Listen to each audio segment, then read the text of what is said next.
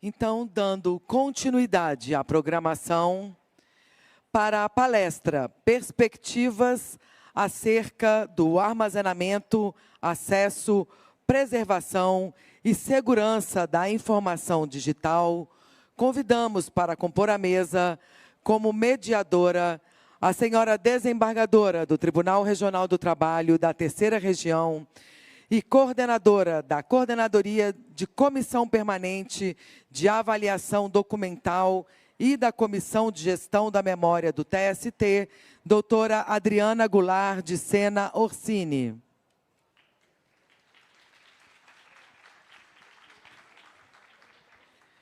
Como palestrante, o senhor professor Daniel Flores, da Universidade Federal Fluminense.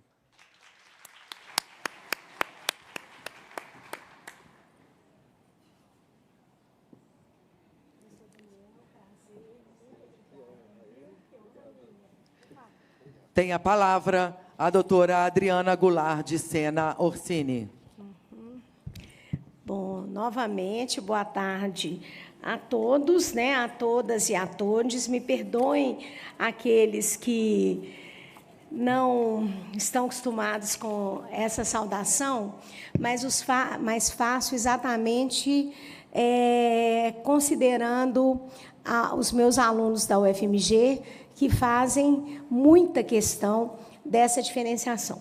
Então, eu sei que nesses espaços nossos, a gente não está muito acostumado a usar o né, como uma saudação. Peço desculpas àqueles que prefeririam uma abordagem talvez um pouco mais formal, mas como eu estou aqui do lado de um professor universitário, alguém como eu, que também é da academia, então a gente sabe muito bem a importância desses dizeres e dessas falas, né, de algum lugar. Muitas vezes, alunos falam que colegas dizem que estão assistindo a sessão e, quando escutam essa referência, se sentem incluídos no Poder Judiciário. Então, eu acho que a gente tem que, né, nós temos que pensar sobre essas questões. Então, novamente, minha saudação a todos. E eu tenho a honra de substituir o ministro Maurício Godinho Delgado, que está com afazeres, inclusive fora do Tribunal Superior do Trabalho, e que impossibilitaram que ele estivesse aqui na mesa, viu, professor? Ele pediu, inclusive, as suas pessoais desculpas por não poder estar aqui e fazer toda a deferência que Vossa Excelência merece. Mas, de qualquer forma, espero substituí-lo à altura e agradecimento, e o nosso agradecimento pela presença do senhor aqui no Tribunal Superior do Trabalho, para, com certeza, como foi as duas palestras anteriores, trazer muitas ideias e também muitas dúvidas, porque eu acho que esse momento também é histórico no sentido de construção desses espaços e desses cuidados, né, que nós teremos necessariamente que ter em relação a essas questões e aos documentos digitais. Então, professor, nosso muito obrigado, e vou fazer a apresentação de um mini currículo do professor, que muito me encantou, porque são destaques que o tornam um especialista efetivamente na matéria, professor. É docente dos cursos de graduação em arquivologia e biblioteconomia, em nível de mestrado e doutorado do PPGD em Ciência de Informação da Universidade Federal Fluminense.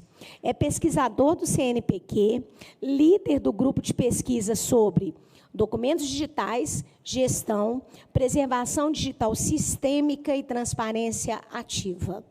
Bacharel em arquivologia pela Universidade Federal de Santa Maria, especialista em organização de arquivos pela Universidade de São Paulo, mestre em engenharia de produção, tecnologia da informação pela Universidade Federal de Santa Maria, doutor em documentação pela USAL da Espanha, cujo diploma foi revalidado pela Universidade Federal do Rio de Janeiro como doutor em Ciência da Informação no Brasil e possui pós-doutorado também na USAL, na Fundação Carolina, em Documentos Digitais, Gestão e Preservação Digital.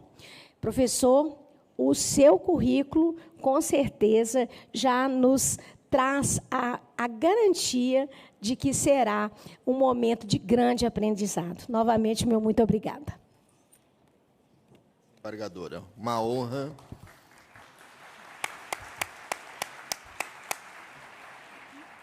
Uma honra. Estou muito feliz. Muito boa tarde a todos, a todas e a todos, de forma inclusiva também. Meus parabéns à organização do evento. Reginaldo sabe o quanto estava difícil para estar aqui, a agenda estava muito complicada, mas deu certo. Cheguei agora de manhã, quando o avião decolou, o comandante disse, fechou o Santos Dumont, e deu tudo certo. Então, muito feliz, muito realizado de estar aqui para discutir sobre perspectivas e tendências. Isso que a gente quer saber, quais são as perspectivas e quais são as tendências do armazenamento, acesso, da preservação e da segurança da informação digital. Eu até poderia fazer um paralelo ou fazer uma análise comparada em relação a uma pesquisa que a gente fez no nosso grupo de pesquisa e publicamos no ano de 2017 e 2018. Mas isso não daria tempo, nós não conseguiríamos dialogar aqui exatamente pela complexidade de dados que a gente tinha. Então, o que eu vou tentar trazer dessas pesquisas, o link da apresentação está disponível para quem quiser acompanhar. Talvez eu demore um pouquinho para passar aqui, porque está um pouquinho mais lento. Aí está. Esse é o nosso projeto atual de pesquisa, no grupo de pesquisa da Universidade Federal Fluminense, transformação digital nos arquivos e custódia digital com repositórios arquivísticos digitais confiáveis. Esse projeto de pesquisa é financiado pelo CNPq, ele foi aprovado em 2022, e a ideia dele é revisitar todas aquelas pesquisas que a gente fez até o ano de 2017 e 2018. Trazer dados novos e verificar como que está a perspectiva atual e a tendência atual em relação a documentos digitais. Esse projeto de pesquisa, com financiamento do CNPq, ele vai até 2026, de 2023 até 2026, e nós seguiremos publicando da mesma forma que a gente publica sistematicamente os nossos dados de pesquisa. Então, o primeiro elemento que eu deveria trazer em relação aos dados que nós levantamos foi sobre segurança. Sobre segurança, os nossos dados denotam que a literatura mais consagrada que a gente tem, eu acho que passaram-se alguns slides, se alguém puder voltar, porque ao clicar aqui, ele pula vários. Passou assim, viu? Vamos parar ali no modelo AIS. Mais uma. Aí. Então, antes da questão da segurança, nós temos a norma mais importante, a norma que é o modelo AIS, que é uma norma ISO internacional, a ISO 14721, que é hoje reconhecida internacionalmente como o trabalho conceitual mais importante de um sistema para a preservação digital sistêmica e para a manutenção da cadeia de custódia. É a norma mais importante. A origem dela, vocês bem sabem, foi lá na NASA, com o problema de preservação, o problema de manutenção da autenticidade dos documentos a longo prazo, e que foi constituído um comitê pela CCSDS da NASA, chamando especialistas e construindo um comitê juntamente com a ISO, e que culminou nessa norma ISO internacional. No Brasil, essa norma ISO nós a traduzimos e nós também elaboramos uma resolução do Conselho Nacional de Arquivos, a Resolução 43, que foi adjetivada através do repositório arquivístico digital confiável. Se alguém puder passar para mim, até que eu vou evitar usar o passador, porque ele passa vários slides, eu vou avisando. Então, olha, pode passar, por favor, essa norma OAIS, então, ela é a norma mais importante para o armazenamento, para a preservação e para a manutenção da cadeia de custódia. Quando nós passamos a falar de segurança, então, vejam que eu trago aí para vocês 3 normas. É como se eu tentasse estabelecer um ecossistema dessa segurança. A primeira, bem da esquerda, é o modelo AIS, é a 14.721. Logo adiante, a gente ganhou uma seguinte norma, que é a 16.363. O que ela faz? Ela audita e certifica o repositório que foi construído com aquela ISO, com a 14.721. Então, era um patamar de segurança da informação digital, dos documentos ali armazenados, ali custodiados, ali preservados. E, por último, a última norma ali apresentada bem da direita, a 16.919. Vejam, é para blindar. Se eu vou auditar e certificar um repositório, por exemplo, no tribunal, tem que ser um terceiro, que vai auditar e certificar, através da ISO 16363. E a ISO 16919, ela vai auditar e certificar aquele terceiro que auditou e certificou aquele repositório. Então, esse é um dado, é uma perspectiva, é uma tendência baseada nas nossas investigações como a forma de garantir segurança das informações e documentos preservados e custodiados. Pode passar, por favor. Ademais disso, nós temos que considerar que há uma especificidade do documento arquivístico digital. O documento arquivístico digital é complexo e é específico. Para que ele sirva de fonte de prova, de evidência, de testemunho, de memória, patrimônio, garantia de direitos, ele tem que preservar a questão da autenticidade, a questão da confiabilidade. E para isso é claro que eu tenho que melhorar o que é isso. O que é autenticidade? E cuidar para eu não colocar do lado, baseado na literatura, baseado na ciência. Não colocar do lado a integridade do lado da autenticidade. Porque integridade está debaixo, integridade é componente. A autenticidade, cientificamente falando, ela tem 2 componentes e 3 dependências.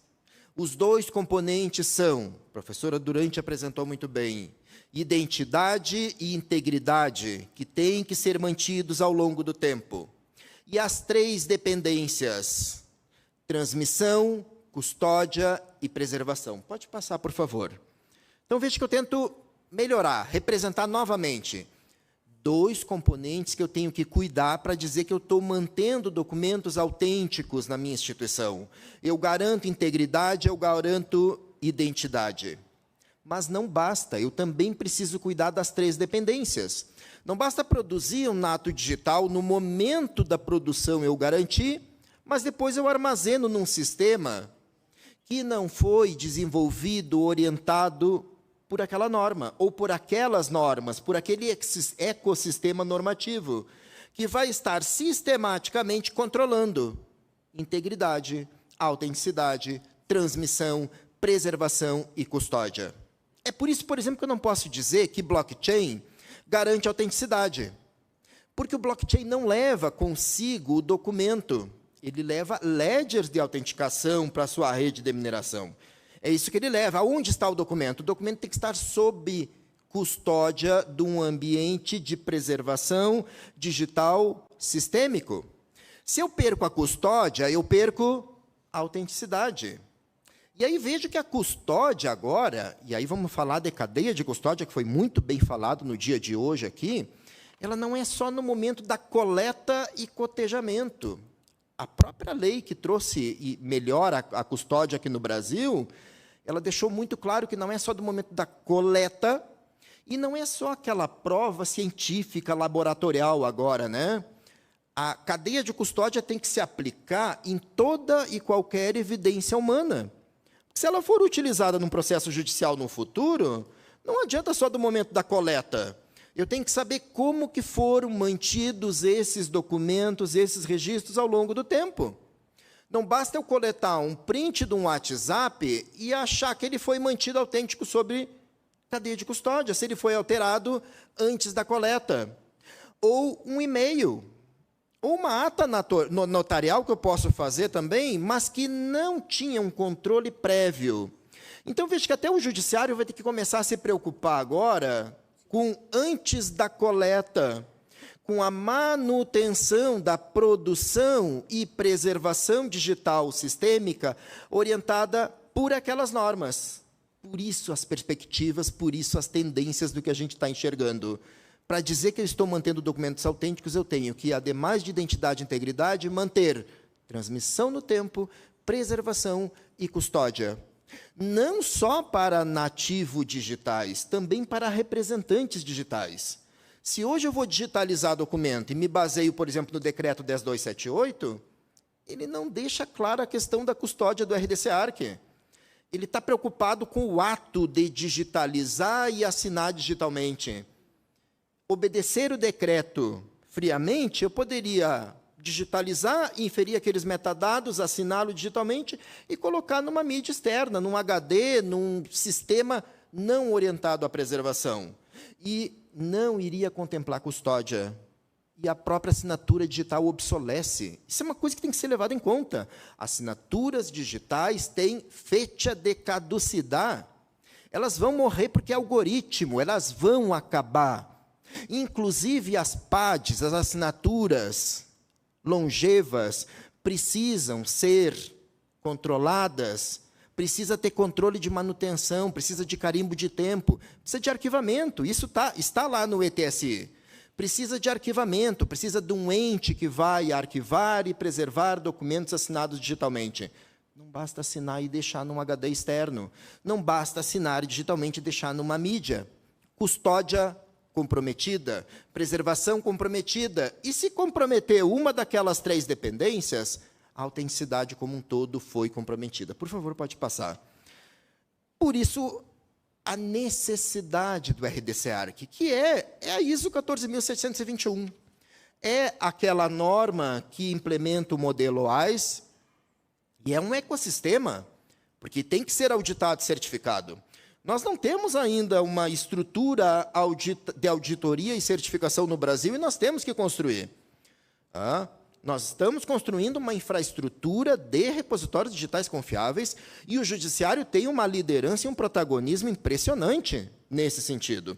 Mas não basta só implementar ISO 14721. Nós teremos que nos preocupar com uma política de auditoria e certificação por terceiros. ISO 16363. E uma auditoria e certificação pela ISO 16919, que vai auditar e certificar o terceiro também. Pode passar, por favor. Então, veja que esse RDC-ARC, esse repositório arquivístico digital confiável, é fundamental para armazenamento, preservação, garantia da autenticidade, confiabilidade e manutenção da cadeia de custódia. Esses são alguns dos questionamentos que nós elaboramos para esta pesquisa. Alguns. Nós utilizamos um sistema para sortear as perguntas, utilizamos extensivamente a LAI, a Lei de Acesso à Informação, por enquanto nós estamos aplicando exclusivamente no Executivo, com esse financiamento que tem do CNPq. Estamos aguardando mais 2 financiamentos para expandir a mesma pesquisa para o Judiciário e para o Legislativo. Eu vou expandir cada uma dessas perguntas. Por favor, pode passar para a seguinte. A primeira. E aí é uma pergunta que vocês já podem começar a se refletir. A entidade custodiadora de vocês já oferece custódia digital arquivística? Vejam, não é só oferecer custódia digital, achar que pode chegar um HD dentro de uma sacola de mercado. Não. É chegar por uma transferência ininterrupta em pacotes OAIS, de acordo com a ISO 14721. Linha ininterrupta de custódia, implementando um repositório arquivístico digital confiável. Essa é uma reflexão importante. Os dados que nós estamos recebendo são impressionantes, por isso as perspectivas e tendências. Nós estamos separando o que é perspectiva e o que já é tendência. Instituições que já têm RDC-ARC, instituições que estão em processo, instituições que começaram com a plataforma de transparência ativa, e agora fazem a chamada cadeia de custódia inversa, empacotando da plataforma de transparência, fazendo pacotes de submissão para o repositório digital confiável. Pode passar. Seguinte pergunta. A entidade custodiadora já oferece, implementando o RDC-ARC com os requisitos? Pode passar mais uma, por favor. A produção, a tramitação, uso, avaliação e arquivamento em fase corrente intermediária. Gestão de documentos, né? Assim como a eliminação ou recolhimento para a guarda permanente, um RDC-ARC, é feito com a adoção de um sistema informatizado de gestão de documentos orientado a um modelo de requisitos? Por que isso é tão importante? Porque nós somos muito especiais no Brasil. Nós temos um modelo de requisitos no Brasil para a gestão de documentos para o Executivo e Legislativo, que é o EARC Brasil, e nós temos um modelo de requisitos, vejam, do Judiciário, exclusivo, próprio, considerando a especificidade do Judiciário, que é o Morec Jus. E que esse SGD no Judiciário tem um nome próprio, que é o Gestão Doc, que não é SIGAD. Nós temos que parar de chamar de SIGAD um sistema de gestão de documentos no Judiciário, porque não é, porque no Judiciário é um Gestão Doc, com seu próprio modelo de requisitos. Pode passar, por favor. Os instrumentos de gestão de documentos são difundidos em padrão de dados abertos para reuso, tais como EAD-XML? Se nós falamos em dados, se nós falamos em inteligência artificial precisa ser treinada com dados. E é por isso que, às vezes, a gente vai lá na inteligência artificial e faz uma pergunta para ela e ela erra. E a gente fica muito revoltado com aquele erro, né? É muito simples. Podem procurar agora nas principais inteligências artificiais qual é o primeiro curso de arquivologia do Brasil. Ela vai errar. Tá? Dependendo da versão, ela vai errar mais ainda. Por quê? Porque ela não se baseou em dados históricos confiáveis. Porque essa inteligência artificial não foi treinada por dados confiáveis, autênticos e seguros. E aí ela mente para a gente, e aí ela induz ao erro. É isso que não pode continuar acontecendo. E, para isso, a gente tem que ter dados históricos, repositórios de dados autênticos. O RDC-ARC tem um papel impressionante nesse sentido, protagonista. Os arquivos, as instituições, as custodiadoras de termos, dados. Só que a inteligência artificial, ela não vai interpretar um plano de classificação se estiver em PDF, porque ele é opaco. Ele não está feito para reuso. Uma tabela de temporalidade que o arquivo continua publicando em DOC ou PDF. Nós temos que publicar em padrão de dados para reuso. É isso que nós precisamos. Esse PCD tem que ser publicado em CSV, em EAD-XML. O plano, a tabela, os documentos, os registros, a partir de agora, tem que ser pensado em dados. Esta é outra perspectiva importantíssima. As instituições, as ONGs, os terceiros setor estão reclamando. Elas recebem documentos de um pedido de lei de acesso à informação e tem que botar um profissional lá, capturar a informação e digitar num banco de dados ou digitar num Excel para poder fazer análise, curadoria, aplicar numa inteligência artificial, utilizar como dados históricos para a inteligência artificial. E essa é outra preocupação que nós precisamos. Pode passar, por favor. Os sistemas de negócio.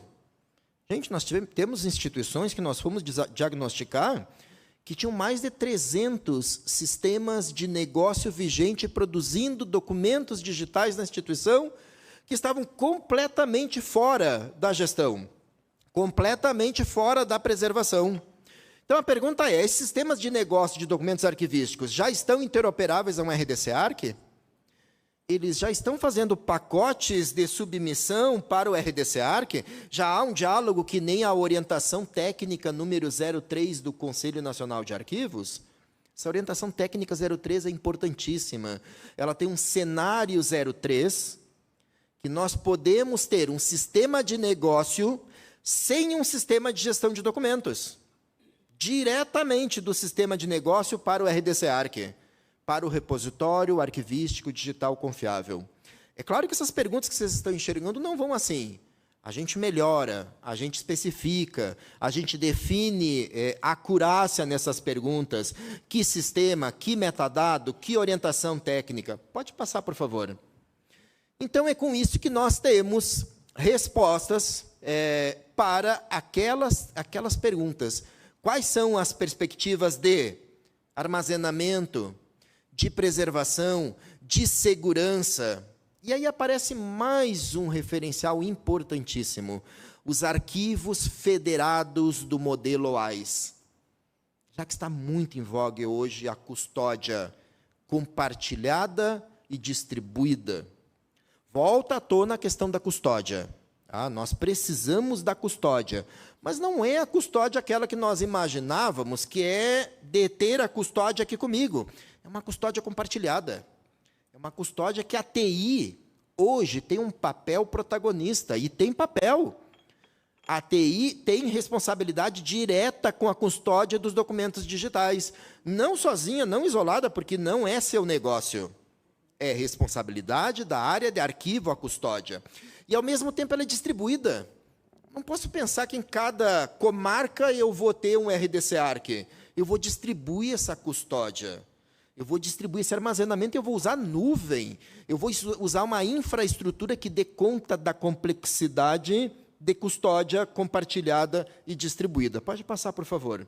Então, veja, alguns exemplos. Esse está no modelo OAIS. Isso não é construído por nós, não. Esse está no modelo OAIS. São imagens dos arquivos federados do OAIS. Vocês devem já estar acostumados com o desenho do modelo OAIS, com um único produtor, um único producer, gestão de documentos, a caixa ao centro, que é offline, não está na internet para garantir a autenticidade, onde armazena o IP, só tem acesso 2 grandes administradores, administrador de preservação, administrador de TI, e o acesso lá fora no consumer, o DIP. O que aparece de novo aí? Um arquivo federado que tem uma dupla matriz de armazenamento e que pode ser entendida como múltipla, matricialmente falando. Um único repositório digital confiável, de um único tribunal, de um único TJ, por exemplo, ou de uma secretaria ou de um ministério, mas que recebe inúmeras entradas isoladas através dos arquivos federados. Pode passar, por favor? Veja a complexidade dessa outra representação de arquivos federados. Eu tenho um único produtor, mas olhem a complexidade dos armazenamentos. OAIS 1, OAIS 2, OAIS 3, OAIS 4. Dentro da instituição e utilizando nuvem, com armazenamento descentralizado e com backup em cadeia de custódia. Isso é muito importante, eu não vou ter tempo para discutir aqui. Mas backup que não é feito em cadeia de custódia é um risco à segurança jurídica. É perigosíssimo. Eu faço uma cópia do sistema, dos documentos, derrubo o sistema que tem uma abordagem auscultatória da autenticidade, isso vai estar numa mídia off, altero os registros e restauro os registros. Acabei de hackear a autenticidade. Por isso que o backup tem que ser feito de acordo com o modelo OAIS em cadeia de custódia. E é por isso que os arquivos federados são tão importantes. Pode passar também. Um outro exemplo, agora em que eu tenho vários submissores, vários ambientes e vários destinatários, vários usuários. Isso não virou só modelo, isso já é operacional, isso está no sistema, está nos softwares. Baixar um software livre que implemente o modelo OAIS e utilizar isso no meu tribunal, nas minhas comarcas, no meu governo do Estado, federal e etc. Por favor. E aí outra tendência... Passou, vamos voltar lá para o harvesting. Volta mais... Aí, um acesso integrado, né, gente, que nós estamos precisando. Não basta eu ter plataformas digitais de transparência ativa, isso é necessário, isso é importante. Lugar de memória digital. O cidadão precisa de lugar de memória digital. Pierre Nora, mas agora ressignificado no ambiente digital, né? Um lugar profícuo, né? Um lugar que me ofereça um multinível dos documentos, metadados, requisitos, interoperabilidade, exportação, importação, uma plataforma. para oferecer para esses cidadãos que estão indo buscar em redes sociais, em Facebook, Instagram e etc., autenticidade de documentos, que não tem lógica nenhuma. Se nós temos fontes primárias digitais autênticas em um lugar de memória digital que garante todos esses requisitos. Só que, além daquilo da preservação do modelo OASI do RDC-ARC, o que nós precisamos agora? Nós precisamos da integração dessas plataformas. Isso nós chamamos de harvesting em arquivos. Portugal tem um case emblemático e magnífico, em que as entidades custodiadoras criam lá no seu Atom, na sua plataforma, ICA Atom, um usuário para interoperar dados com uma plataforma centralizadora. Imagine, eu ter várias comarcas, cada uma tem o seu Atom, o seu ICA Atom, mas eu tenho um único do TJ. Ou então de todos os tribunais de justiça do Brasil, ou de todos os tribunais de contas e etc., integrados. Isso já é funcional. Isso já está no software implementado, então isso é outra perspectiva e é outra frente que a gente imagina que muito em breve deva acontecer no Brasil e a gente está pedindo por isso. Hoje, o que a gente faz na nossa pesquisa, lá no grupo de pesquisa? A gente vai lá e captura dados de um Atom, captura dados do outro, captura dados do outro, e nós vamos reunir isso off. Isso teria que ser oferecido para o cidadão, esse lugar de memória digital integrado. O IPMH Harvesting é uma tecnologia, já é funcional e já está implementada nos Atoms que vocês estão usando nas instituições de vocês. Pode passar também, por favor? E, ademais de tudo isso, uma cloudificação do analógico à nuvem, pelos mais diversos motivos. Também adoraria discutir aqui da Web 1.0 até a Web 4.0, a Web 1 conectando informações, a 2 a web social, a 3 a semântica, e a 4 é a ubiquidade, é a nuvem, é a inteligência artificial, são dados interoperáveis. Olhem agora o RIC, aí, o Records in Context, que foi aprovado, é a versão final, foi divulgado no último congresso do ICA. Nós temos aí para atribuir predicação e valores aos documentos, e que coloca em xeque até a questão da obrigatoriedade do multinível. Eu posso fazer isso em ambientes e documentos multidimensionais, integrando arquivo, biblioteca, museus e etc. Pode passar também, por favor? Isso é cloudificação, isso é a transformação. Da Web 1 à Web 4, pode passar também, por favor? Vejo que não há uma hierarquia, eu posso pular etapas e da 1 para 4, da 1 para 3, da 2 para 4, e isso precisa de infraestruturas. As 3 infraestruturas principais da web, SaaS, que é software como serviço, sistema como serviço, isso é uma tendência também que a gente vem identificando, uma perspectiva. Instituições que estão oferecendo estes sistemas arquivísticos, Atom, arquivemática e sistema tal, como nuvem SaaS. Mas também nós deveríamos pensar em evoluir para PaaS, plataforma como serviço. Ao invés de eu entregar um login de um Atom, eu sou um arquivo do Estado. Por mais que não haja vinculação com o arquivo municipal, eu poderia oferecer logins para arquivos municipais, porque um Estado tem mais poder do que um arquivo municipal para implementar uma plataforma dessas. Talvez até pensando em comarca também da mesma forma. Mas o PaaS, eu não entrego o login do sistema, eu entrego uma plataforma de preservação digital, uma plataforma de RDC-ARC, uma plataforma de ambiente de acesso e transparência ativa. E aí chegamos às considerações, tentar resumir um pouco disso que eu tentei trazer, dos dados que a gente tem, do que a gente já conseguiu compilar e reunir até hoje, perspectivas acerca de armazenamento, de acesso, de preservação e de segurança da informação. Principal, o RDC-ARC como fonte de dados históricos confiáveis para o treinamento das inteligências artificiais. É um problema sério, inteligências artificiais treinadas com dados não confiáveis. Podemos abrir a internet, como foi feito com a versão 4.0 daquela IA, mas não adianta, ela vai continuar capturando dados não autênticos. Tá? Nós precisamos oferecer dados autênticos, dados confiáveis, seja para a IAs interna ou seja para a IAs públicas, a IAs externas, para a gente não continuar passando a vergonha de fazer uma pergunta para um sistema de inteligência artificial e ele mentir um absurdo que a gente olha aquela informação e diz, mas isso não tem o mínimo de credibilidade possível. Tá? Custódia digital arquivística. Isso é uma ruptura de paradigma. É um modelo de negócio novo, não é como a gente fazia a custódia dos documentos analógicos. Nós podíamos receber objetos para a custódia. A forma de receber uma transferência, um recolhimento, era uma. Agora, no ambiente digital, isso foi ressignificado. Eu não posso mais receber objetos, porque é ruptura de cadeia de custódia.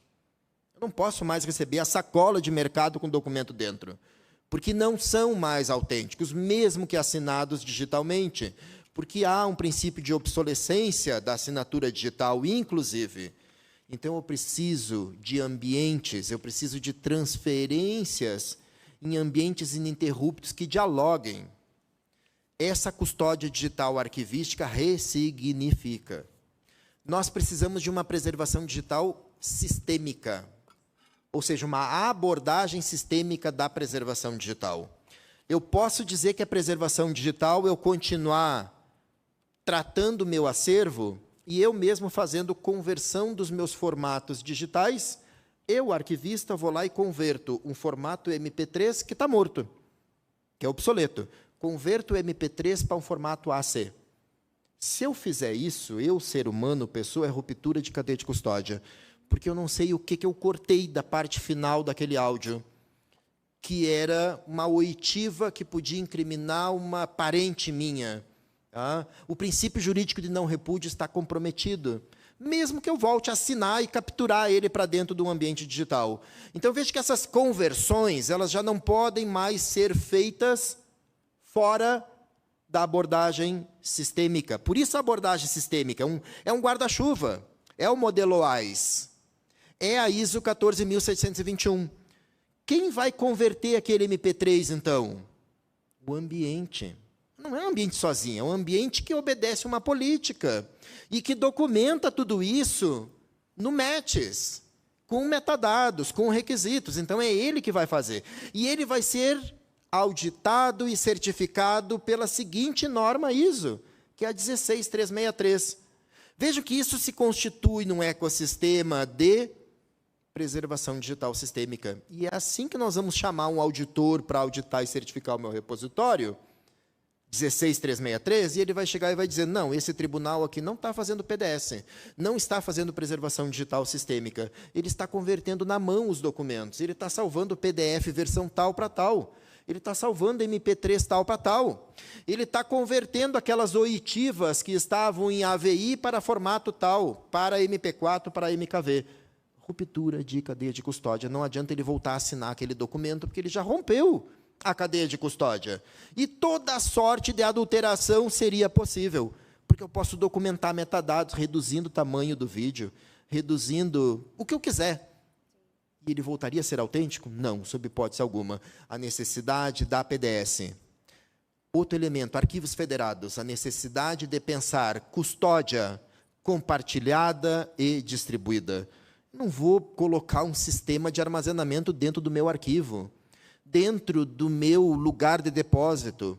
Eu vou ter que tratar com nuvem, eu vou ter que abordar a cloudificação. Mas não é a nuvem sem requisitos, é a nuvem com requisitos.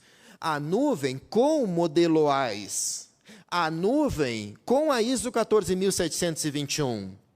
O AIP salvo na nuvem, o pacote AIP. O DIP salvo na nuvem. Isso é uma cloudificação. E também a outra perspectiva, que é o harvesting. Dá para o pesquisador, darmos ao pesquisador a possibilidade dele reusar dados. A possibilidade dele ter esses dados integrados numa única plataforma de vários tribunais, de várias prefeituras, de várias comarcas, de vários MPEs, Ministérios Públicos Estaduais, etc, etc, etc. Veja que o modus operandi, o referencial científico é o mesmo. Vocês é que vão aplicar de acordo com a política de vocês nas instituições de vocês. Pode passar, por favor? Então, veja que nós temos uma necessidade também de considerar os modelos de requisitos, como tendência e um agradecimento ao judiciário que nos dá esse protagonismo todo internacional. Sair lá fora e falar de que o Brasil tem 2 modelos de requisitos é uma maravilha.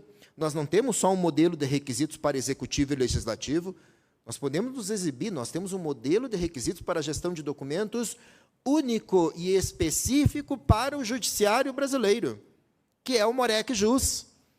Que esteja aí o 2.0, que venha o MOREC 3.0, e que não pare no MOREC, que é um modelo para a gestão de documentos. Na fase de gestão, arquivos correntes intermediários, nós precisamos também de um modelo para o judiciário para os arquivos permanentes, um RDC Jus, quem sabe. Hoje o judiciário homologa e dita como político o RDC-ARC, que é um modelo elaborado pelo CONARC.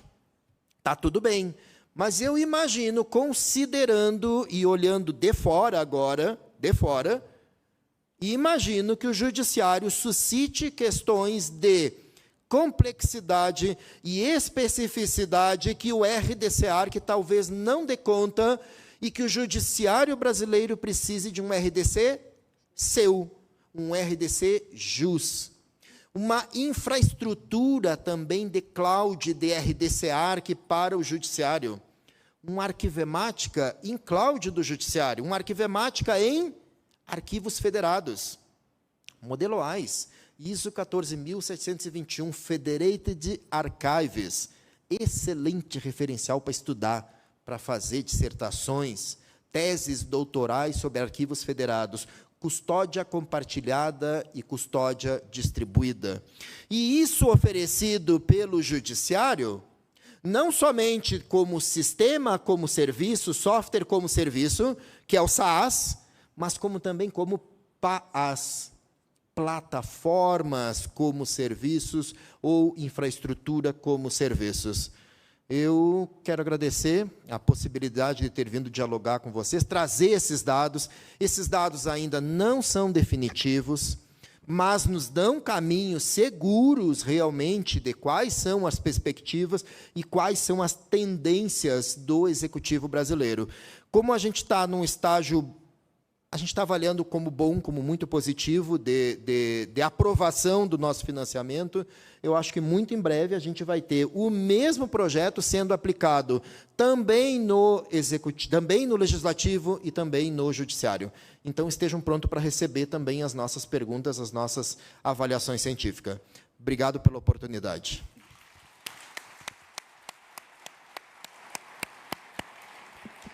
Professor Daniel, como eu já antevia, nossa, muitas ideias, muitas questões, né?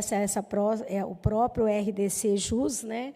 E essa ideia mesmo que não somente o MOREC, né, que é o nosso, mas também outros sistemas que possam ser construídos para nós, faça a especificidade que temos dentro do Poder Judiciário. E que bom que possamos ir lá fora e ainda, né, dizer que nós temos 2 possibilidades e dizer com esse, né, pelo que eu percebo do senhor, com essa alegria de termos desenvolvido aqui, de termos produzido ciência, né, à altura dos desafios que nos aparecem. Parabéns, anotei muitas coisas e acredito que não só eu, mas também muitos, e ainda dicas, né, que o professor ainda ao final aqui, gentilmente, aos alunos que aqui estão, colocou como sendo potenciais pesquisas, né, iniciações científicas e os próprios TCCs.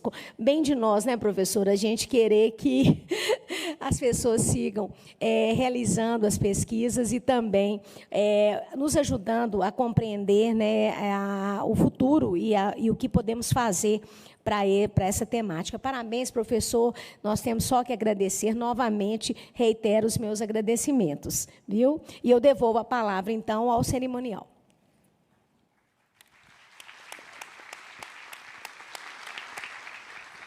Neste momento, a mediadora fará a entrega do certificado de participação ao palestrante. Com registros fotográficos, por favor.